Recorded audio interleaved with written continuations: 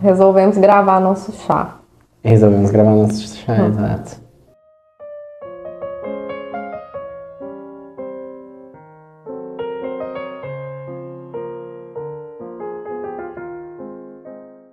Olá pessoal, sejam todos bem-vindos a mais um vídeo no meu, no teu, no nosso canal Supere-te a Ti Mesmo. Eu espero de coração que todos vocês estejam bem. No vídeo de hoje, com uma convidada muito especial, um vídeo diferente para o nosso canal, trazemos aqui a nossa querida amiga Juliana. Seja bem-vinda, Ju. Obrigada, muito obrigada. Uma alegria, sempre é uma alegria estar com o João. Saiba que é recíproco, Ju. E hoje nós estamos aqui para fazer um bate-papo. As nossas conversas sempre eu acho que são muito filosóficas. Bastante. Reflexivas. Bastante. E a gente pensou, por que não gravar uma conversa nossa focada num trabalho recente que a Juliana teve a respeito deste livro aqui, A Professora e a Aprendiz, Lições sobre Gestão de Conflitos. Se você ainda não conhece essa obra, vou deixar aqui na descrição desse vídeo o link para que você possa estar adquirindo, dando uma olhadinha caso você se interesse.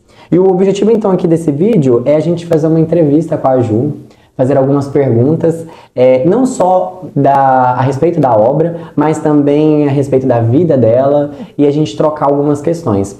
Porque assim, esse livro aqui, ele é uma chave para ideias a respeito de conflitos. E hoje nós vivemos tempos de muitos conflitos, né, Ju? Bastante. E a Ju trouxe de uma maneira muito simples, de uma maneira muito calorosa, conselhos que, se nós tivéssemos um tempinho para refletir e aplicar na nossa vida, eu acho que a gente pouparia muito sofrimento, né?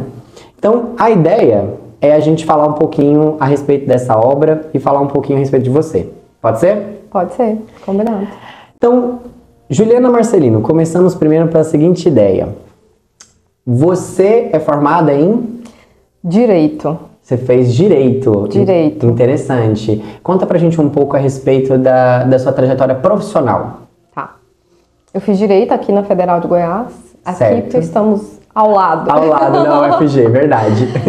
E foi uma escolha um pouco por conta da circunstância daquele momento. Talvez se eu pudesse escolher em outras circunstâncias não teria sido, mas hoje eu acredito que foi uma boa escolha, sim. Porque apesar de tantas transições, hoje esse termo é bem usado, né? Transição de carreira.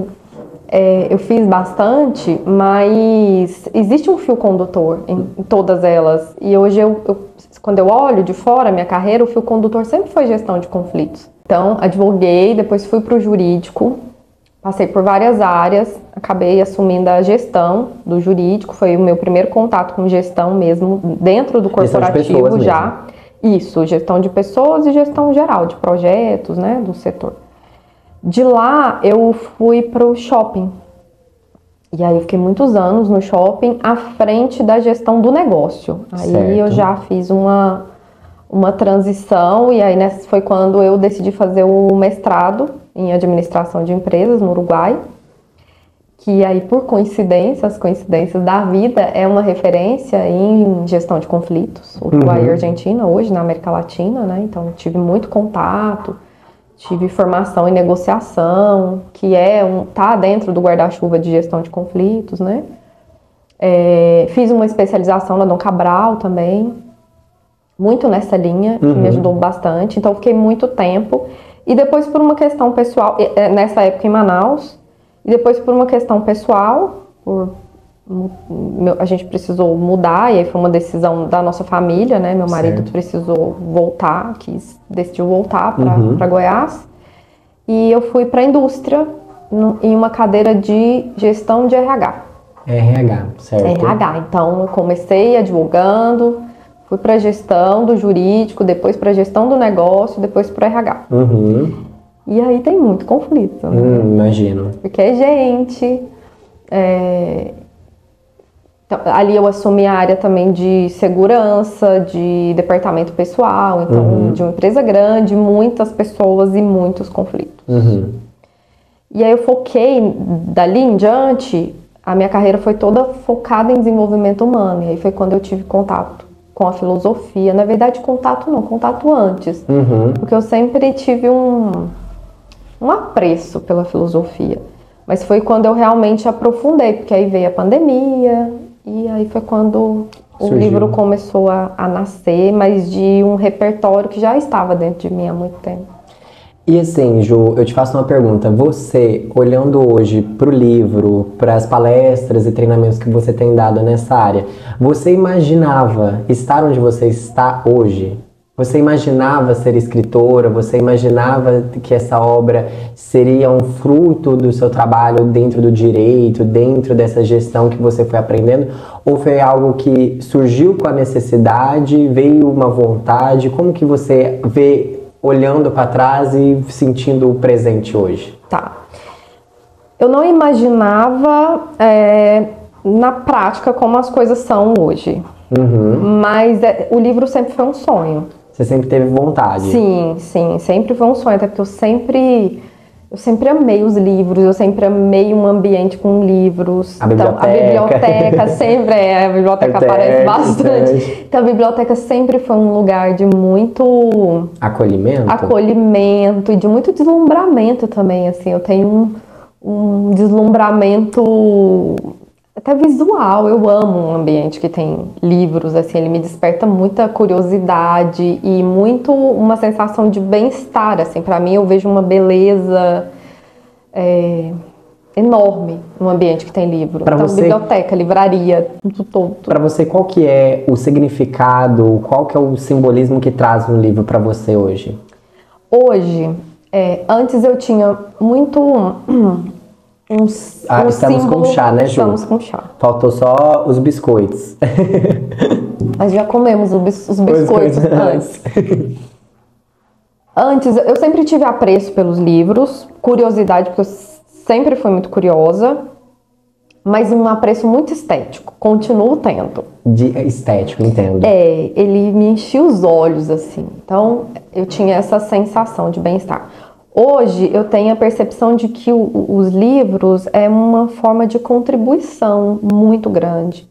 Então, imagina que uma pessoa, às vezes, passou uma vida para escrever um livro. São conhecimentos de uma vida inteira ali. Então, eu acho muito generoso alguém que se propõe a escrever um livro e deixar como parte do legado. Interessante. Então, eu vejo o livro muito, os livros que chegam para mim muito disso. Então, eu sou muito agradecida aos livros, porque eu acredito muito que eles chegam. Eles nos escolhem mais do que a gente escolhe eles, parece, né? Sério? Eu acredito. Interessante essa percepção. E assim, fazendo toda essa junção, eu te fiz esse questionamento a respeito da sua profissão e a respeito do livro, porque é muito comum, por exemplo, para quando a gente está nessa fase de escolha de carreira, hoje a gente vive uma pressão em cima muito grande dos jovens ou das pessoas que estão ali iniciando a fase adulta por essa questão de serem bem-sucedidos, de que eles já devem ter o seu futuro altamente planejado, tudo delimitado.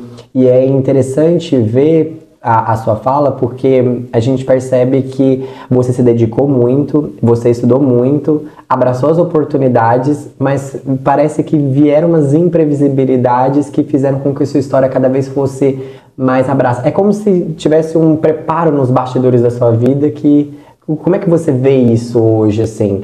Porque, assim, a gente vive um tempo em que a gente é muito cobrado por ser bem-sucedido. Alta performance. A alta performance, boa. E assim, pra você, o que seria ser bem-sucedido? Quando você, a Ju adolescente, a Ju que iniciou a carreira ali no direito aqui na Universidade Federal de Goiás, você já se considerava bem-sucedida na época? Você estava realizada com essa conquista? Você tinha dúvidas? Não tinha? Como é que foi essa perspectiva, assim? Você imaginava que através do direito você iria para essa área de gestão de conflitos? Falaria sobre isso? Iria fazer treinamentos? Como é que você vê isso hoje, assim? Ligado à questão de estar bem-sucedido, né? Tá. Então, assim, para mim, aí são dois pontos. Primeiro que eu acredito genuinamente que eu sou uma pessoa que tem muita sorte. E eu acredito que a sorte vem de Deus. Então, eu acredito que os bastidores do universo foram muito generoso comigo, assim. Extremamente generoso. Muito mais do que eu sonhei e acreditei. Então, esse é um ponto. Quando eu entrei no direito, eu vivi um momento de muita necessidade. Então, eu confesso que eu não parei muito para pensar o que eu queria. Eu queria ter uma profissão que garantisse o meu sustento, que eu conseguisse ajudar a minha família, e era isso, assim, eu não tinha grandes pretensões, e eu ainda não estava nesse modelo de alta performance, eu não fiz um planejamento de carreira de alta performance. Bom, então eu não tinha um planejamento, assim, de alta performance, onde eu vou chegar, em que lugar da carreira, não. Depois eu confesso que em algum momento da vida, quando as coisas foram acontecendo e eu fui promovida e assumindo posições maiores, então eu cheguei a assumir a posição de superintendência de um shopping, que é uma posição grande dentro do corporativo. Com muita responsabilidade. Com muita responsabilidade e muito bem remunerada também. Então eu confesso que naquele momento aí eu já comecei a pensar em planos de alta performance, onde eu chegaria, se eu queria, por exemplo, chegar a uma diretoria. E isso começou a pairar ali no meu momento, né? E eu confesso que isso me trouxe muita ansiedade, assim, quando eu foquei mais nisso do que eu esperava para minha vida lá atrás, assim. Entendo. Porque eu esperava sonhar e realizar meus sonhos. Eu sempre fui muito sonhadora, eu sempre fui muito encantada. Eu percebi que eu estava perdendo o encantamento. Um dia eu fui num restaurante lindo e sentei, comi rápido, e quando eu terminei eu não lembrava o que eu tinha comido e nem o gosto que eu tinha comido. E aí aquilo me assustou. Eu falei, eu tô num lugar lindo, eu tô num lugar que antes eu sonhava em poder estar, e eu não senti o gosto da comida. Nossa, tá errado. E foi quando a filosofia começou a entrar na minha vida e eu comecei a voltar a fazer os questionamentos que eu sempre fiz lá atrás, enquanto eu era criança, assim. Entendo. Qual que é o sentido? Por que a gente tá aqui? O que eu preciso buscar? Esses questionamentos, eles sempre tiveram com você. Sempre. Só que chegou um momento em que talvez você deixou eles um pouco de lado, Sim, eu acho que são as anestesias da vida, né? Anestesias? Como assim? Essa pressão por ser bem-sucedido financeiramente, essa pressão social que a gente vive agora de comparação, tudo isso é anestesia. Ela tira a gente do ela foco. anestesia o quê? Porque quando a gente pensa em questão de anestesia, é meio que para tirar uma dor, né? Você acha que talvez seja algo que dentro de nós incomode, que fica ali, talvez talvez não, né? Essas perguntas, elas não são confortadoras, né? Não. Quando você questiona assim, qual o sentido, quem eu sou? O que eu tô fazendo aqui? Não é nada confortável. Elas doem, não doem? Elas muito. incomodam. Sim. De talvez você olhar para sua vida e ver que aquilo que você tá correndo atrás não é aquilo que responde a pergunta por que eu estou aqui, né? E aí, verdade, gostei. Anestesia, né? Anestesia, eu acho que a gente tem se anestesiado muito nos últimos tempos. Muito. De várias formas. E pegando um gancho da sua fala, já soltando um pequeno spoiler do livro, em várias partes do livro você coloca que nós, seres humanos, possuímos várias partes e várias facetas, digamos assim, o mental, o emocional. E no livro você propõe que ao invés de nós valorizarmos rebaixando os outros, colocando um como mais importante, você propõe uma gestão entre eles e ao invés de sobreposição, você propõe uma complementação. Como que você vê isso? Igual que você acabou de comentar, a ideia do que hoje a gente vive muito, a ideia o excessivo do racionalismo, né? Da mente, e a gente esquece talvez das nossas emoções, do sentir, a gente talvez se torna um pouco apático nas nossas relações, não se fala muito hoje sobre sentimento. Então, e no livro você coloca muito bem isso, que na verdade não é um se sobrepor ao outro, ou no momento você usar um, no momento usar o outro, mas ter esse complementarismo entre elas. Como que você vê isso, Ju? Eu acredito muito em integração, que é o E. A gente normalmente polariza muito, porque tudo aqui nesse mundo tem dualidades. E a gente tem a tendência de polarizar no ou, né? Então é isso ou isso. Então eu escolho aquilo ou outra coisa. E a ideia do caminho do meio é a integração, é o E. Então, e aí a gente pode pensar, tá bom, então é o equilíbrio. Sim. Só precisamos lembrar que encontrar um ponto de equilíbrio, o caminho do meio, não é um equilíbrio perfeito. Que é outra situação que eu percebo que as pessoas se perdem bastante. Nós nos perdemos muito enquanto humanidade. Que é isso de querer equilibrar todos os pratinhos na mesma velocidade ao mesmo tempo. Isso não vai acontecer. Então, um ponto de equilíbrio não significa 100% de tudo rodando o tempo todo. Às vezes, se a gente tem um problema de saúde, a gente vai precisar olhar para ele e precisar focar 90% ali nele. Perfeito. Mas, e outras vezes a gente tá bem, vai precisar focar no trabalho e aí tá tudo bem. A questão é que a gente não pode, na minha opinião, escolher entre um ou outro. Viver de um só, né? Viver de um só. Né? Perfeito. E isso no macro, mas isso também no micro e nas nossas relações. Então, às vezes a gente escuta alguém e fala assim, não concordo. Não concordo com tudo. É outro ponto também, os extremos do tudo ou nada, sempre ou nunca. E quando a gente faz isso, acaba que a gente cria um bloqueio, né?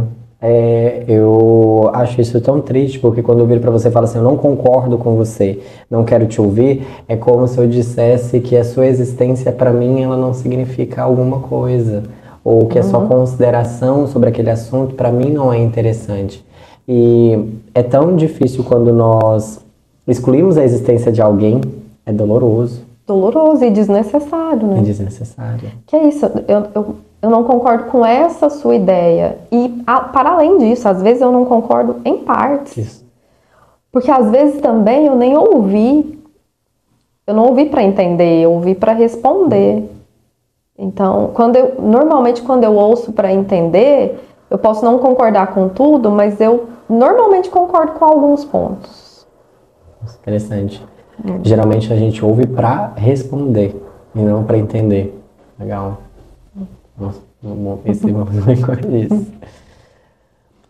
Bom, agora eu quero comentar com você mais a fundo a respeito do livro. Podemos? Podemos. Eu separei aqui pra gente algumas perguntas norteadoras para que a gente não perca o fio da meada, é importante, para que a gente tenha aí um equilíbrio, né? Ok.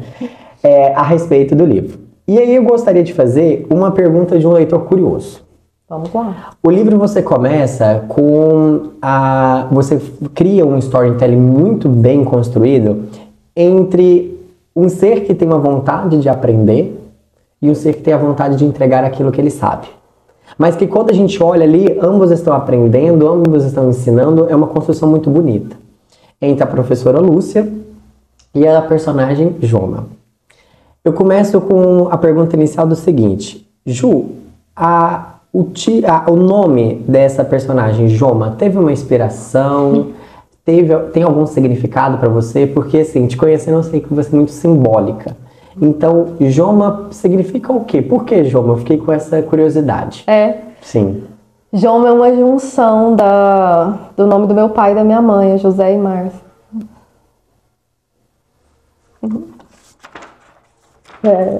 É isso aí. Eu achei... Curioso e esperto.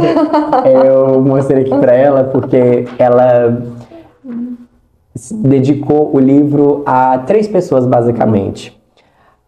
Vou ler sua dedicatória. Tá bom. Ela colocou assim, ao meu pai, José, e a minha mãe, Márcia. E aí eu tinha destacado, nossa, José Márcia da Joma.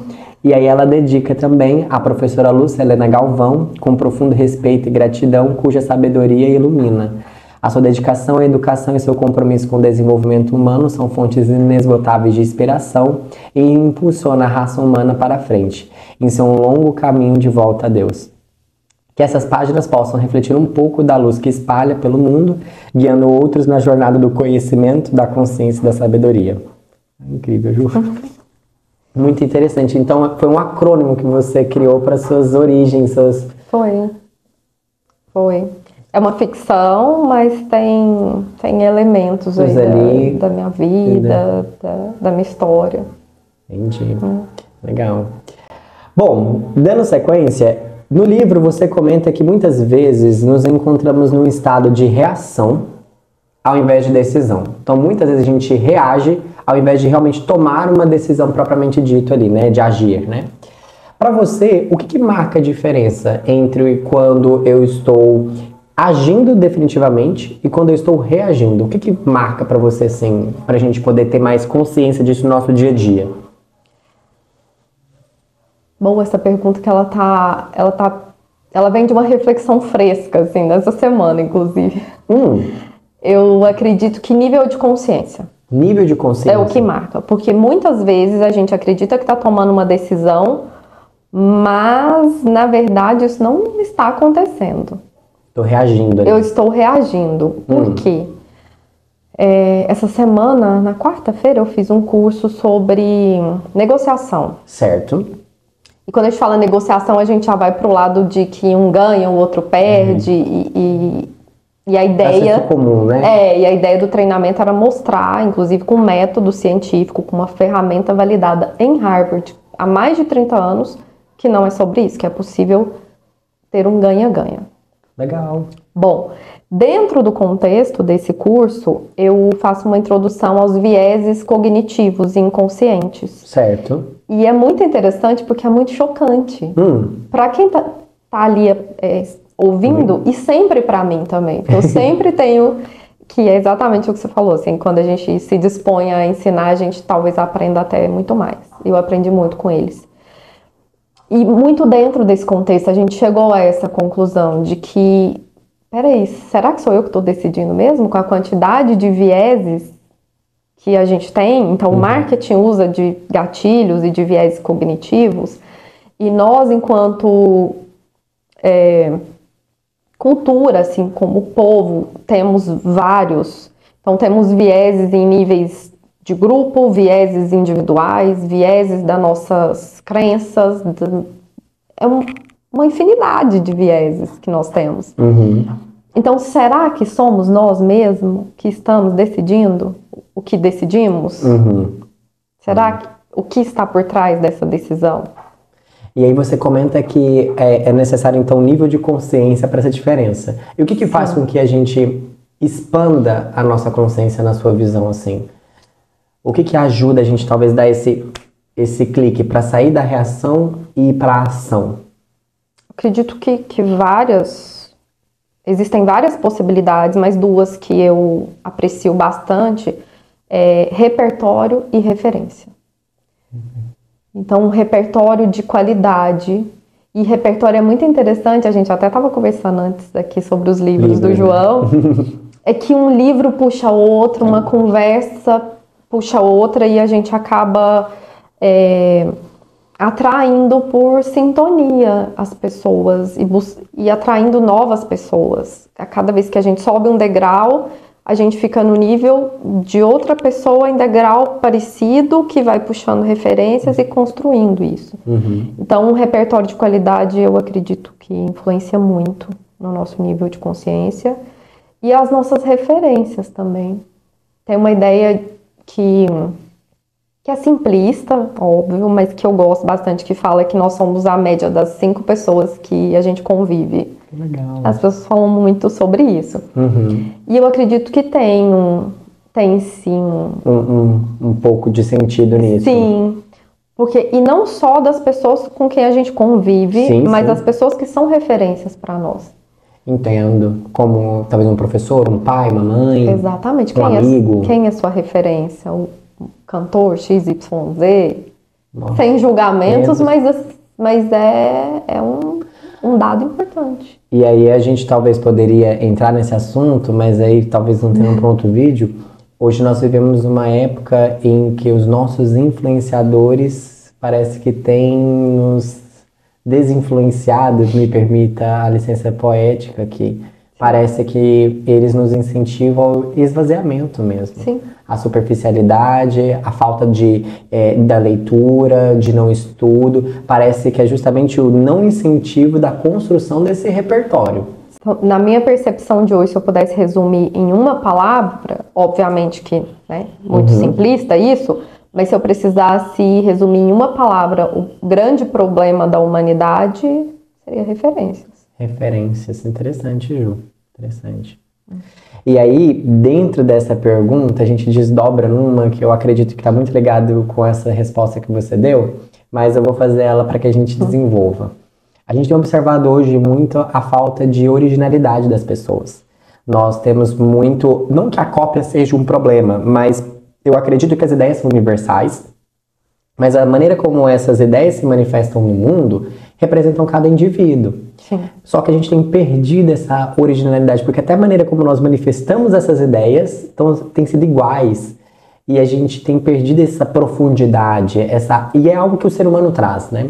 Então, essa falta de originalidade hoje no mundo pode ser atribuída, na sua visão, ao fato dessa previsibilidade ligada às reações, ao fato da gente estar mais reagindo, porque você comenta no livro, eu achei esse insight muito interessante, que quando a gente reage, prever uma reação é muito mais fácil. Muito mais, porque fica muito mais previsível. Normalmente as reações são limitadas, as elaborações não, porque elas partem de um repertório. E o repertório, ele é uma combinação infinita. Por isso que é tão interessante um repertório de qualidade. Nossa, muito interessante. E aí, dentro dessa perspectiva, no livro você faz várias referências a várias tradições, a vários aspectos da filosofia, desde a filosofia clássica, a filosofia mais contemporânea. E tem uma parte do épico Ramayana que você coloca no livro a respeito do oceano conversando com o rio e o ramo da relva que é flexível, né? Sim. Em que o oceano comenta assim, gente, eu nunca vi, eu já vi o tronco da árvore, eu já vi as coisas mais rígidas, mas a relva que é lá reflexível eu nunca vi.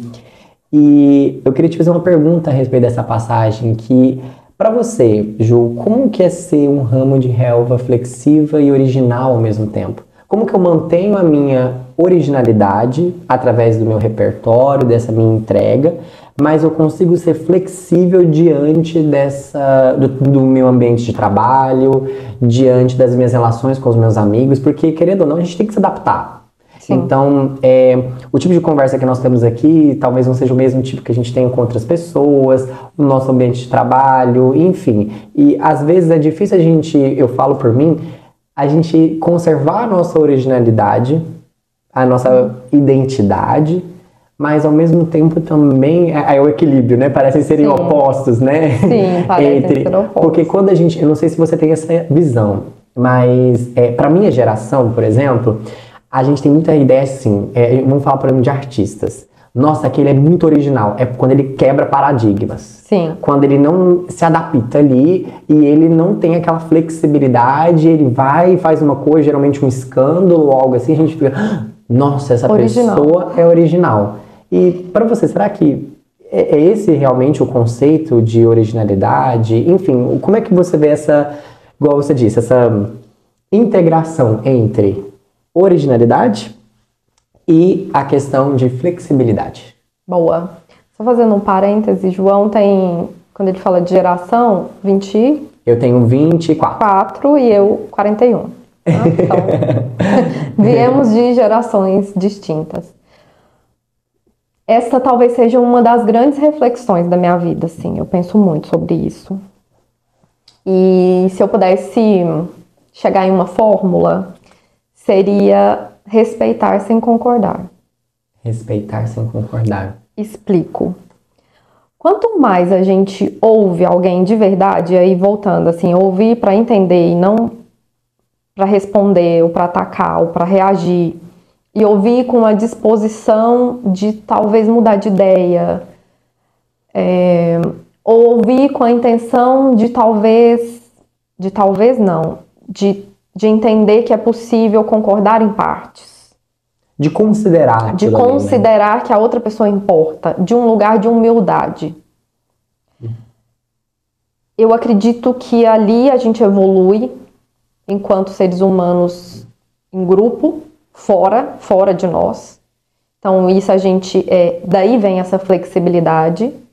A flexibilidade para mim vem disso, de considerar a importância do outro. E ainda assim ter um repertório para elaborar o que faz sentido ou não faz sentido para nós. E aí, nesse aspecto, na sua visão, é onde vem a minha originalidade, o dentro. Porque é o que eu fiz de síntese do repertório que eu tenho. Síntese, exatamente. Para mim, a originalidade está na síntese. Ju, você estava comentando sobre essa ideia da síntese, e antes da gente pôr play ali, você estava falando que ultimamente você tem visto as entrevistas da Clarice Lispector. E eu não sei se você já viu, tem uma entrevista dela que perguntam para ela assim: Clarice, quais são os livros, os autores e não sei o que mais te influenciaram? Você já viu essa parte? Que aí ela vira e fala assim: eu não sei, eu não lembro. Como assim, Clarice? Eu escolhi os livros pelos títulos, eu misturei tudo, desde romance a Dostoiévski e não sei o que, eu misturei tudo. E você falando isso, e a gente comentando, né, que você agora tá vendo essas entrevistas e que inclusive são muito interessantes, né, vem nesse aspecto muito de entregar algo original. Que bom que você falou de Clarice, porque Clarice para mim é um excelente exemplo disso. E foi muito a partir dela que eu acho que eu cheguei nesse conceito, nessa síntese. Porque Clarice é isso, ela foi tida como muito original, ela inclusive ultrapassa gerações, né, e continuará ultrapassando, eu acredito, espero, né, porque Clarice é maravilhosa. E ela é um retrato disso, de uma coragem muito relacionada à vulnerabilidade, de falar, não sei, não tenho ideia, ou quero saber, não sei de onde tirei isso, assim, né? Então ela para mim e nas entrevistas fica muito claro isso, essa capacidade dela de ouvir, e de ouvir sem julgamento, porque ela entrevista várias pessoas de diversos universos. E é muito claro, pelas respostas e pelas contribuições dela, que não existe julgamento ali. Uhum. De que ela realmente quer entender o ponto de vista do outro, compreender. Então ela, para mim, é um exemplo bem sucedido. Entre originalidade e flexibilidade. Exatamente. Eu adorei essa reflexão. É verdade, a Clarice tem além de momentos em que ela é entrevistada, teve momentos que ela entrevistou, né? Sim, esse livro é um compilado das entrevistas que ela fez. É super interessante, super, assim, ela entrevista diversas personalidades. Interessante. E agora, eu queria que a gente abordasse um pouco mais sobre a questão da gestão de conflitos propriamente dita, no seguinte quesito. E querendo ou não, tá tudo muito interligado. Sim. Um outro exemplo que você dá no livro é a respeito da mentalidade do Dick de Castor. De você ir lá e isso aqui é meu, é somente assim. Você tem o mundo todo, você teria a floresta toda, o rio todo, e você vai lá e constrói, sim, né? E eu te faço uma pergunta. Na sua visão, como cultivar a mentalidade de universalidade ao invés dessa mentalidade de Dick de Castor? O que o ser humano pode fazer para ele sair da casinha de Dick dele e ir para o mundo, na sua concepção? Tem algum estalo, algum acontecimento, ou é uma vontade? Eu acredito, aí de novo, eu sou prática, e aí sou bem, que é bem contraditório, né? Porque eu sou da profundidade, Outro dia meu primo perguntou, como assim você é da praticidade? Sou. Mas eu vou te falar Mas eu vou te falar uma coisa, que dizem muito que um verdadeiro sábio, ele é sintético. Ele fala pouco, mas no pouco que ele fala, são coisas muito profundas. Estou tentando seguir esse caminho. Mas assim, igual a gente antes também, né, a gente estava comentando sobre Gibran. Você pega, por exemplo, livros assim, de Gibran que são assim, finíssimos, e ele trata de temas assim profundos ao extremo. E quando às vezes a gente faz, por exemplo, uma pergunta dessas e a pessoa talvez imagina toda aquele texto, aquela elaboração, e ela responde com uma só palavra, a gente fica assim, eita, vou ter que dar uma... E eu vejo que no seu livro você faz muito isso. E eu queria te elogiar sobre isso, Ju, porque você deixa várias reflexões, nos deixa caminhos, aponta seta, gente, aqui, dá uma lida nisso. Olha essa reflexão que a Lúcia fez, que a Joma está fazendo, e no final você ainda destrincha muitas coisas, mas sempre deixando ao leitor esse convite de busque mais, analise, observe sua vida, e eu acho isso muito interessante. Obrigada. E para mim, educação é isso, é ensinar a pensar, não o que pensar. Então, como educadora que pretendo ser e tento ser, eu acho que esse é o caminho que eu sigo. E aí, voltando no Castor... Da mentalidade, de como construir essa mentalidade de universalidade, uma palavra, servir. E aí eu vou no Chico Xavier, que fora da caridade não há salvação. Então, para mim, isso é muito forte, assim, é uma ideia que vem comigo há muito tempo e que eu, de alguma forma, valido ela muitas vezes durante a vida. Então, eu acho que a gente constrói isso se doando, na generosidade e também na humildade. De ouvir, entender e entregar o que é possível. Mas também, no oposto disso, acho que quanto mais a gente olha para dentro, se entende, silencia os barulhos, entende os nossos vieses, passa por um processo de autoconhecimento que não é legal, que não é leve, mas que é necessário, é doloroso, mais perto da universalidade a gente fica. Quanto mais para dentro, mais a gente caminha para fora, eu acho. Sem comentários. E aí, tem um trecho do seu livro em que, se me permite a citação, você diz o seguinte, abre aspas, gerenciar conflitos é uma arte que exige equilíbrio entre as polaridades. Ju, qual conselho você daria para gestores que atuam em diferentes áreas? Por exemplo, eu sou responsável por uma empresa em que eu tenho que lidar com pessoas da área da saúde, da área da advocacia, da área do marketing. São, parece, áreas totalmente diferentes e eu sou responsável por isso. Eles entram em conflito uns com os outros porque um departamento fala uma coisa, o outro fala outra. Aí, esse é um exemplo. Mas em sala de aula, em que eu tenho aquele aluno que ele tem mais facilidade, ele é mais inteligente no sentido de ter mais facilidade ali, outro que já tem uma dificuldade, outro que não está interessado, e às vezes o professor nessa situação ele fica, gente, como é que eu vou fazer essa integração? Porque é difícil. Muito. Porque geralmente o que a gente tende a fazer? A gente tende a se alinhar e atender aqueles que pensam igual a gente. Então, nossa, esse aqui é o mais fácil para mim, esse aqui é o mais confortável, esse aqui me entende, os outros não me entendem. Então, às vezes, nessa posição de líder, a gente acaba sendo chefia ao invés de liderar. Sim. E eu queria te pedir um conselho. Se eu hoje fosse um gestor e tivesse diante dessas situações altamente polarizadas, que tem essas rixas, esses atritos, que conselho que você me daria? Esteja acima das polaridades. Em que sentido? Como? E aí eu vou pro exemplo do ursinho que está no livro, inclusive. Se tem duas crianças brigando pelo ursinho, se você for a terceira criança que também quer o ursinho, não vai dar certo. Não vai funcionar, não vai ter gestão de conflitos. Mas se você for um adulto que não quer o ursinho, talvez você consiga mediar um acordo entre as duas crianças para uma ficar um pouquinho e a outra depois, ou brincarem juntos, ou guardar o ursinho para um outro momento e fazer uma terceira atividade. Enfim, nessa condição, você vai ter ferramentas para fazer gestão desse conflito. Interessante. No mesmo nível, possivelmente não. Possivelmente a gente entraria na polaridade e assumiria um lado. Um lado, né? Aqui eu vou pegar um exemplo porque eu sou professor e é muito comum, por exemplo, na sala de aula, nós, dentro dessa dificuldade de conseguirmos administrar esse conflito, a gente vai geralmente para aquele aluno que presta mais atenção e não sei o que tem.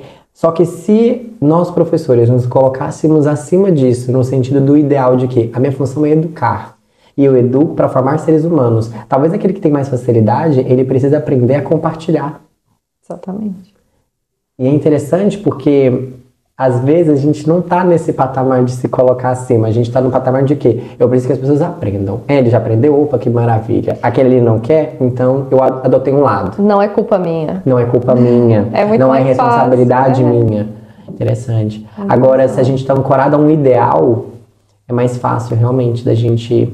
Só que hoje, quando a gente pensa no mundo afora, é difícil nós pensarmos em ideais, né, Ju? Muito, e aí a gente volta naquela reflexão de que a soberania está na cadeira das virtudes e dos valores. Deveria estar, Deveria né? estar, porque se eu olho nesse contexto, nesse exemplo que você trouxe, do aluno que validou aquilo que eu vim fazer, eu tô no nível das habilidades. Então, eu estou muito bem quanto à habilidade. Eu cumpri meu papel, eu validei.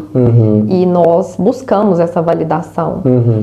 Mas se a gente sobe um nível para o nível das virtudes e dos ideais e dos fundamentos e da base humana, A gente vai ver que tem outras a gente vai habilidades ver precisas, né? exatamente. Então, se a gente analisa esse contexto do ponto de vista da generosidade, da perseverança, da temperança, aí sim a gente tem ferramentas para lidar com o outro.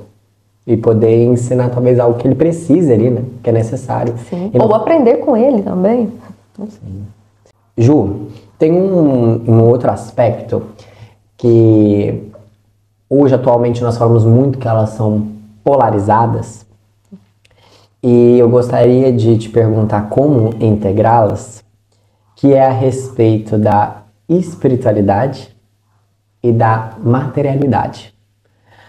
Desde os tempos mais remotos, falam-se pra gente de mundo das ideias e mundo material, céu e terra. E nós percebemos que quando o ser humano foca somente em uma delas, parece que uma parte dele fica vazia, se esvai e surge muita dor.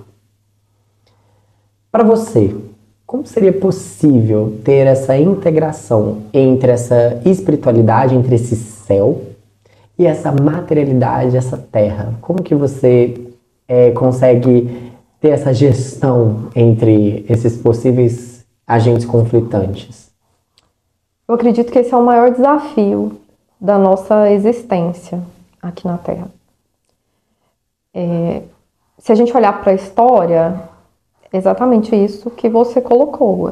A gente tem exemplos históricos e não do que a gente acha, de que não deu certo. Quando olharam só para um lado e esqueceram o outro, né? Então a gente tem o Ocidente e o Oriente, que claramente tem polos mais desenvolvidos e o outro lado muito pouco. Então, historicamente, a gente já viu que isso não funciona.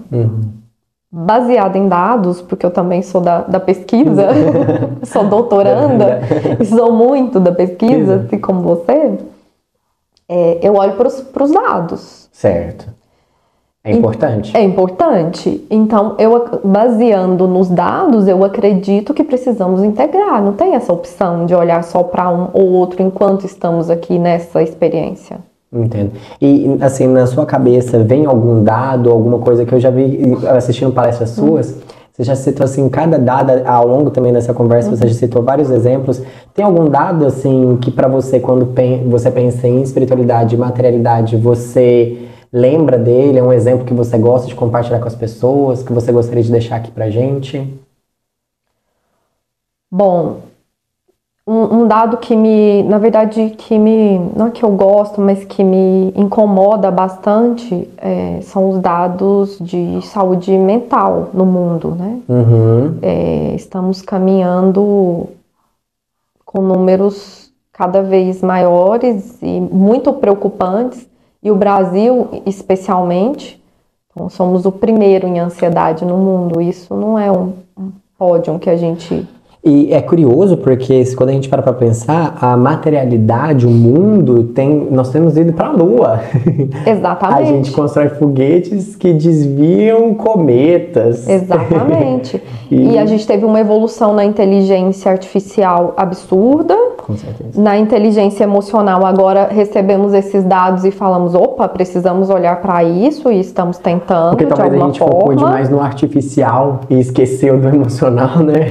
Sim, mas e a nossa inteligência social? Também temos números preocupantes, muito preocupantes.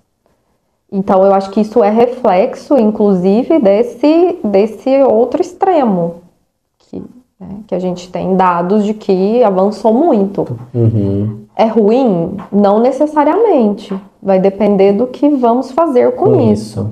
E eu acredito que a evolução ela acontece muitas vezes em pêndulos, né? Então, a gente bate um extremo, bate em outro, para talvez, quando ele voltar, a gente tentar ali encontrar um caminho do meio. A gente tem a consciência dos extremos, surge o contraste, né? Exatamente. Então a gente fala, opa, então eu tenho esperança. Eu sou esperançosa.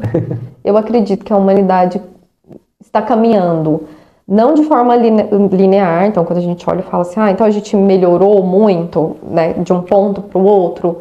Talvez não, mas acredito que em espiral, assim. Mas estamos evoluindo, né? Sim. Então a gente termina um ciclo, vai para o próximo, e eu acredito sim que a gente está caminhando. Expandindo, né? Eu gostaria que essa caminhada fosse um pouco mais rápida. Mas eu acredito, eu sou uma otimista, esperançosa. Uma recente leitora sua me trouxe uma pergunta que eu achei bem curiosa, eu gostaria de compartilhar com você. Ela diz o seguinte: a relação construída entre a Joma e a Lúcia é inspiradora. A gente vê realmente no livro essa sede de aprender e essa sede de ensinar. E muitas vezes, quando a gente pensa nesse ideal, né, do professor e do aprendiz, a gente acaba não vendo essa relação no mundo concreto entre aquele que está na posição de ensinar, de entregar, e aquele que está na posição, naquele momento, de receber. Sim. Ju, o que você tem a dizer a respeito disso? Por que quando a gente observa essa relação entre a Joma e a Lúcia, nós ficamos tão admirados e parece que surge esse vazio e a gente fala, nossa, poxa. Mas quando veio essa pergunta, e aí eu já até encaixo numa outra, eu parei, pensei, refleti. Realmente, vários professores eu tive, assim como também eu tive vários alunos, e infelizmente eu não tive a oportunidade de me conectar com todos eles, seja os meus alunos, seja os meus professores, né? E para você, assim, será que falta alguma coisa? É uma via de mão dupla? Como que você... De onde surgiu esse ideal entre Joma e Lúcia? E aí, para mim, tem dois pontos. Eu enxergo essa situação em duas perspectivas. A perspectiva do livro e a perspectiva ideal, vamos dizer assim, é que isso, precisa ser recíproco, senão não vai acontecer. E precisa ter generosidade e humildade das duas partes. Então, a generosidade da professora, dos professores, de compartilhar aquilo que sabe, de um lugar não de um pedestal, mas de um lugar de lado a lado, assim. Não um na frente do outro, porque, né, todos temos o que aprender e o que ensinar. E eu aprendi de ter essa humildade de querer aprender, de estar disposto, estar aberto para aprender, e vem de um lugar de gratidão também por receber. Então vem muito dessa construção. Agora, um outro ponto é que hoje, enquanto sociedade, eu gosto dos dados, mas eu tenho refletido muito sobre validação. Porque existem validações que a gente não vai ter acesso. Não quando a gente imagina que vai ter. Porque a gente está muito acostumado com as curtidas, com os compartilhamentos, com os posts e com os reconhecimentos públicos. E rápido, né? Tudo muito rápido. Aí eu fiz hoje uma aula e eu recebi um retorno hoje mesmo, no final. Ou alguém postou aquilo sobre aquela aula e a gente acha que isso é validar. E que não necessariamente. Que a contribuição que eles deixaram na minha vida, ela só foi fazer sentido 20 anos depois. Então, é uma métrica que a gente não consegue avaliar, talvez em vida. Talvez a gente nem esteja mais aqui para saber quando essa relação aconteceu, quando essa troca de fato aconteceu. Nossa, que interessante. Então, na sua concepção, o fruto dela não necessariamente ela surge enquanto estamos perto um do outro, né? Tendo contato ali, mas ela pode vir posteriormente, num clique. Será que Clarice tinha ideia de quantas pessoas ela impactou em vida? Em um tempo que não tinha rede social? Jane Austen? Eu fiz até uma reflexão há poucos dias atrás sobre isso, que é uma autora que eu aprecio muito, e ela provavelmente nem soube se os livros dela foram publicados, quantas gerações ela atravessou. Provavelmente ela não teve essa informação. E assim, fez sem esperar, né? É isso. Eu acho que a generosidade parte muito disso. De fazer sem esperar nada em troca, Sim. né? É verdade, quando a gente para pensar sobre isso, a gente tem observado essa necessidade de querer validar todos os nossos relacionamentos, né? Sim. E rápido, né? E rápido, sim. E quando a gente fala de relacionamento é tudo. Professor e aluno, relacionamento matrimonial, entre pais e filhos, entre amigos. A gente quer validar, a gente quer ser notado. Prova social é um termo bem do nosso tempo, assim, né? A gente quer prova social. Interessante, João. Nossa, muito interessante. Por fim, para não menos importante, já caminhando aí para os nossos finalmente, no livro, uma das filosofias que você, sem sombra de dúvida, mais aborda é a filosofia do caminho do meio, né?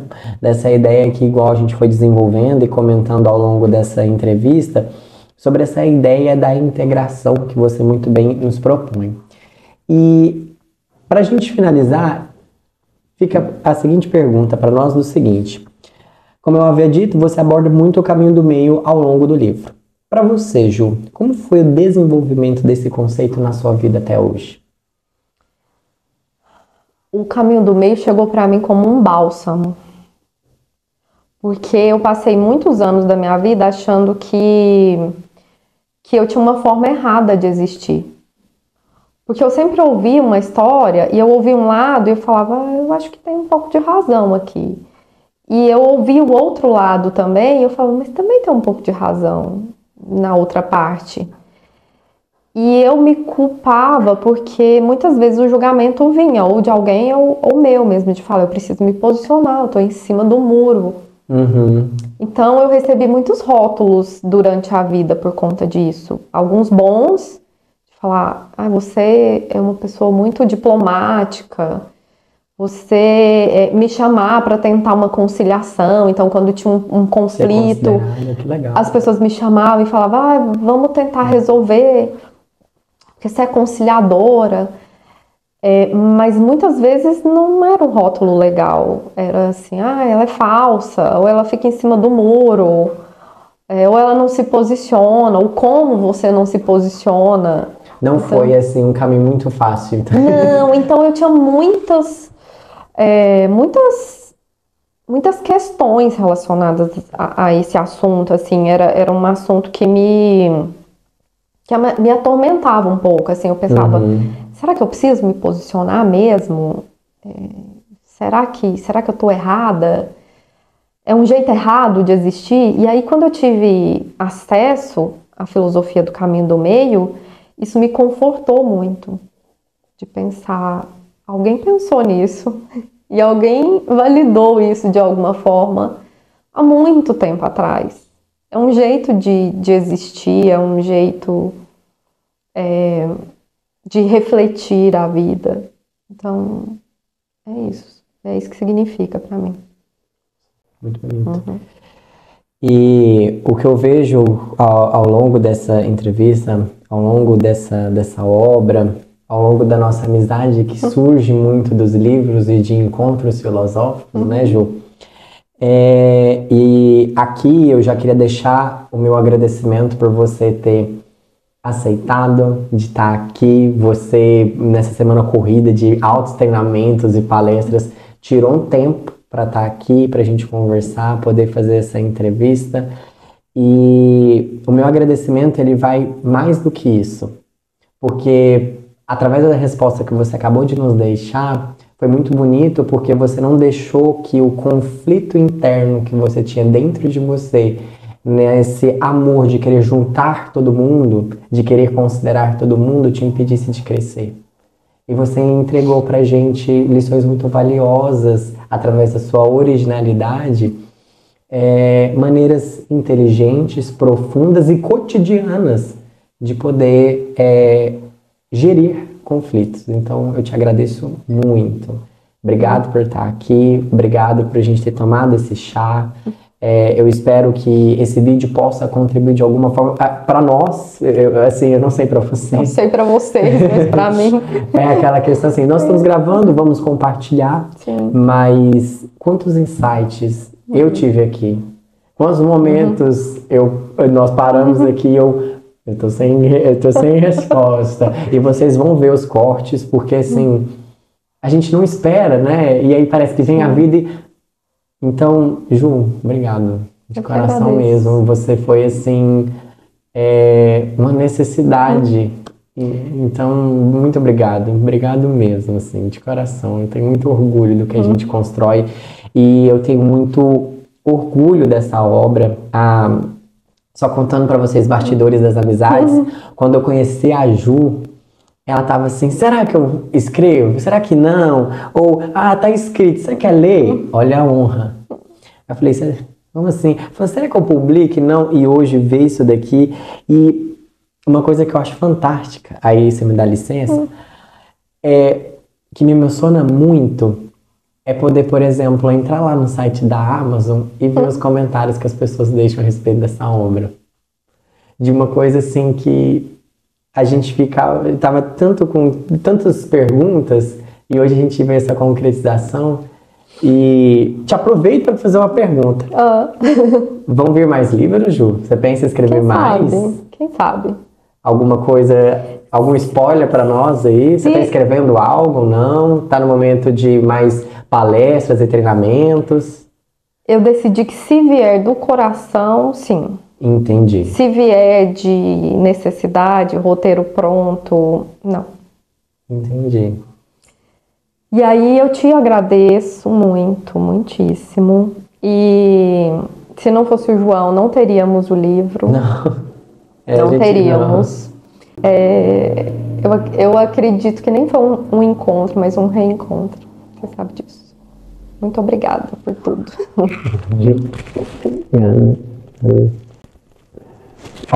Foi ótimo o nosso bate-papo. Vem aqui pra gente ficar mais pertinho, que depois eu vou fazer um recorte. E a gente, na foto, sorria. Ju, obrigado. Espero que esse tenha sido o primeiro de vários vídeos de papos filosóficos com chá. A gente conversou tanto que o nosso chá já esfriou. E é isso, pessoal. Um beijo no coração de todos. Fiquem todos bem. Compartilhe esse vídeo com os amigos de vocês. Deixe nos comentários as suas reflexões. E é isso. O Supera-te a Ti Mesmo nasceu de uma necessidade de compartilhar, de considerarmos a nossa vivência como sendo algo para cada vez mais não superarmos os outros, mas superarmos a nós.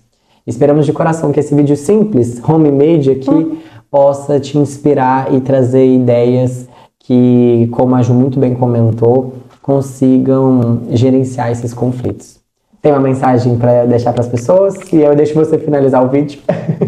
Eu deixo é ótimo. É ótimo, né?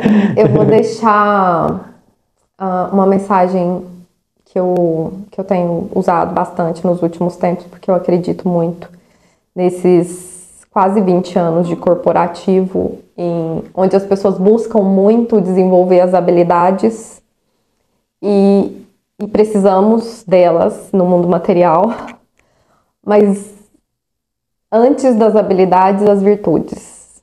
Antes das ferramentas, os fundamentos. Eu acho que a nossa jornada humana aqui é sobre isso. É isso. Um beijo no coração de todos e fiquem todos bem.